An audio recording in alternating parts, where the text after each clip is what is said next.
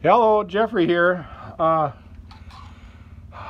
going to be starting the P&H up for the first time this year. I was going to video it and I forgot. I took these two packing nuts off and put some more packing in there because that was leaking for the last couple years and they were as tight as they go. So far they're not dripping, and I added grease to the grease cups. So we'll see if they quit dripping when if they drip when it runs or not. So now I'm going to try and start it for the first time this year. All I've done is put gas in it and check the oil. Well, let's see how it goes. I used to always choke it and crank it through a few times with the ignition dead, and then, you know, make the ignition live. But I've found out you just choke it and crank, and when it gets enough gas it wants to start, it starts.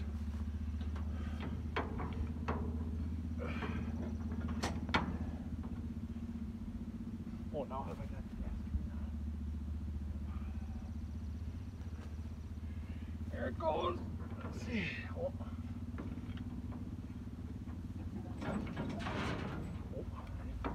Why ain't the impulse going? There it is.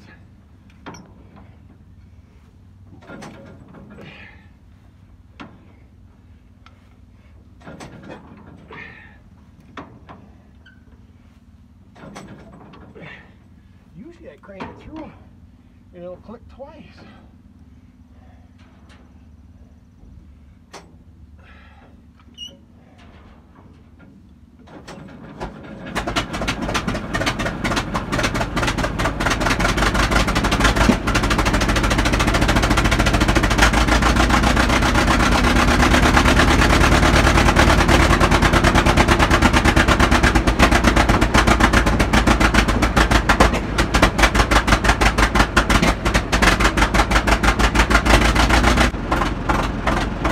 Not too bad.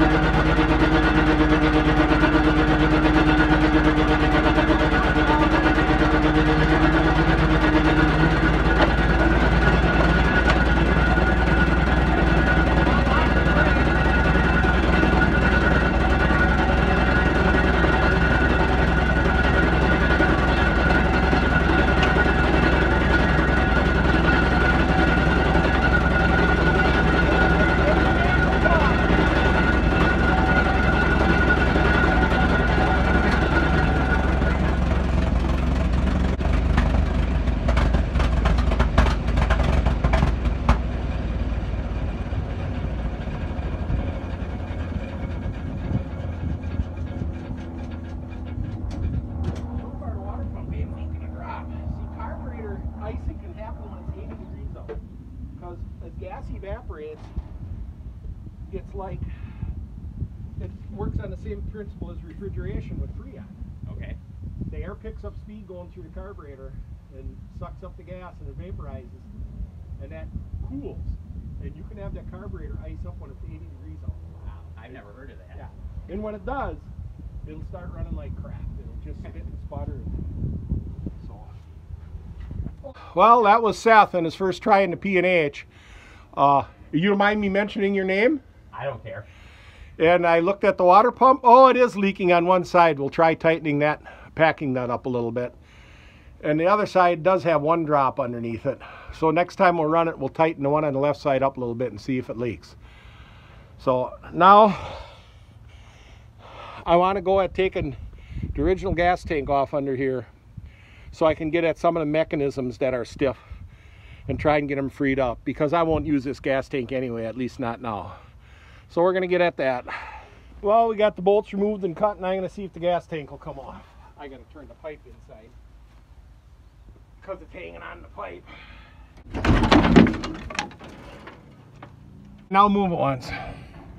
Now you can see the shaft pivoting. That's the one I wanted to get at for grease fitting below it. I'm guessing it's for that shaft and it was behind the gas tank. So I'm thinking this might not be the original gas tank, because I don't think they would have, because that fitting would have been impossible to get at with the gas tank on.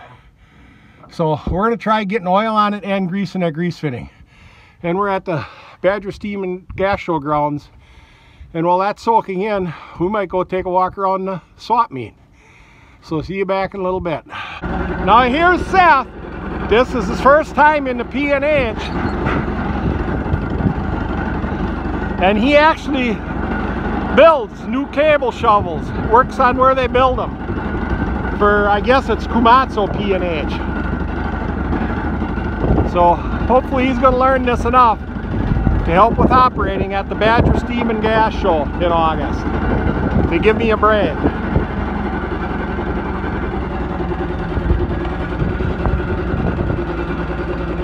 I mean, this is the first he's ever sat in any kind of an excavator, I believe. He'll get the hang of it.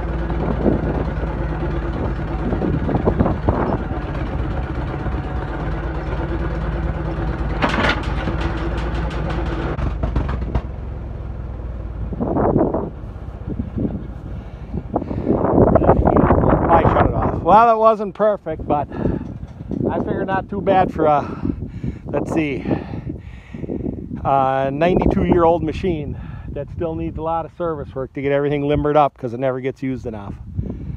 So thanks for watching. We'll see you again.